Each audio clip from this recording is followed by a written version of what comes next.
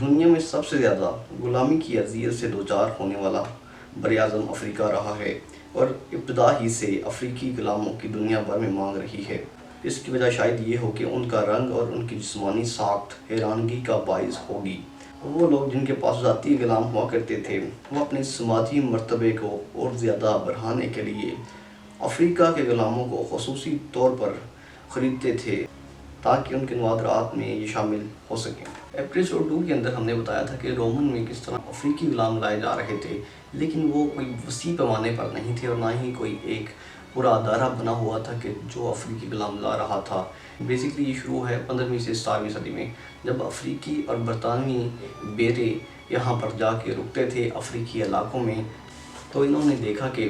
افریقی لوگ کوئی اتنے زیادہ ترقی یافتہ نہیں ہیں اور یہ کھیتی باڑی کرنے کے علاوہ اور کچھ زیادہ نہیں جانتے۔ لہٰذا برطانیہ اور امریکہ نے یہاں پر اپنی بیرے بنانے شروع کر دیے، اپنی بیسز بنانی شروع کر دی اور آہستہ آہستہ وہ افریقہ پر قابض ہو گئے اور افریقی لوگوں کو 2 طریقوں سے استعمال کرنے لگے۔ لہٰذا اس کے بعد استحصال کا جو سلسلہ شروع ہوا، اس میں انسانوں کو ختم کر کے زمینوں پر قبضہ کرنا شروع کر دیا گیا، یعنی کہ کسانوں کو وہاں سے نکال کے قبضہ کرنا شروع کر دیا گیا اور مقامی لوگوں کو جو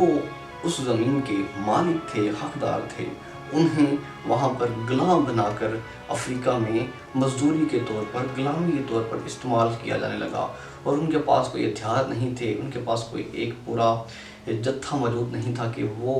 برطانیہ کو یا فرانس کو یا ان جیسے مالک کو روک سکیں، لہٰذا وہ ان کے ہاتھوں غلام بن گئے۔ لہٰذا اس کے ساتھ ساتھ نہ صرف وہ کاشتکاری کے لیے بلکہ معدنیات کے لیے سونا، چاندی، کوئلہ اور ان جیسے مختلف قسم کی معدنیات افریقہ سے نکالتے،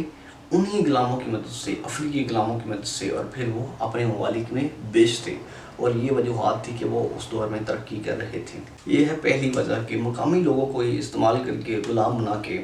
انہی کی زمینوں سے معدنیات اور زمین سے جو زرخیزی والی زمین تھی وہاں سے اناج وغیرہ اگا کے، شکر وغیرہ اگا کے اپنے ممالک میں بیچا جا رہا تھا۔ دوسری شکل یہ تھی کہ جب وہ دوسری ریاستوں میں قبضہ کرتے تھے، مثال کے طور پر برطانیہ نے امریکہ کی ریاست پر قبضہ کیا اور مقامی لوگوں کو کوشش کی کہ وہ انہیں غلام بنا کر وہاں پر جو انہوں نے زمین قبضے میں لی ہے وہاں پر استعمال کر سکیں، لیکن مقامی جو امریکی تھے، ریڈ انڈینز، انہوں نے کام کرنے سے انکار کر دیا اور بغاوتیں شروع کر دی برطانیہ کے خلاف،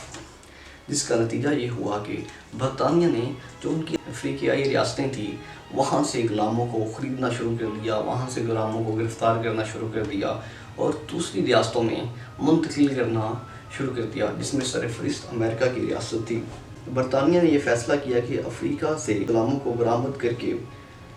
ان سے زمینوں پر کام کرایا جائے گا اور اس طرح زیادہ سے زیادہ منافع کمایا جائے گا۔ یہاں پر یہ سوال ہوتا ہے کہ آخر انہوں نے افریقہ کو ہی کیوں منتخب کیا، دوسرے ممالک کی جانب کیوں توجہ نہیں دی؟ اس کی وجوہات تھی، اس وقت افریقہ ان براعظموں میں سے تھا کہ جہاں قبائلی نظام تھا اور ان کا معاشرہ منظم نہیں تھا، ترقی یافتہ نہیں تھا، لہٰذا وہ ان طریقوں سے فائدہ اٹھا رہے تھے اور مقامی لوگوں کو غلام بنا رہے تھے۔ یہ ہم نے بات کی ہے کہ افریقی لوگوں کو کس طرح غلام بنایا گیا اور انہیں دوسرے ممالک میں، دوسری ریاستوں میں، دوسری سلطنتوں میں کیسے بھیجا گیا۔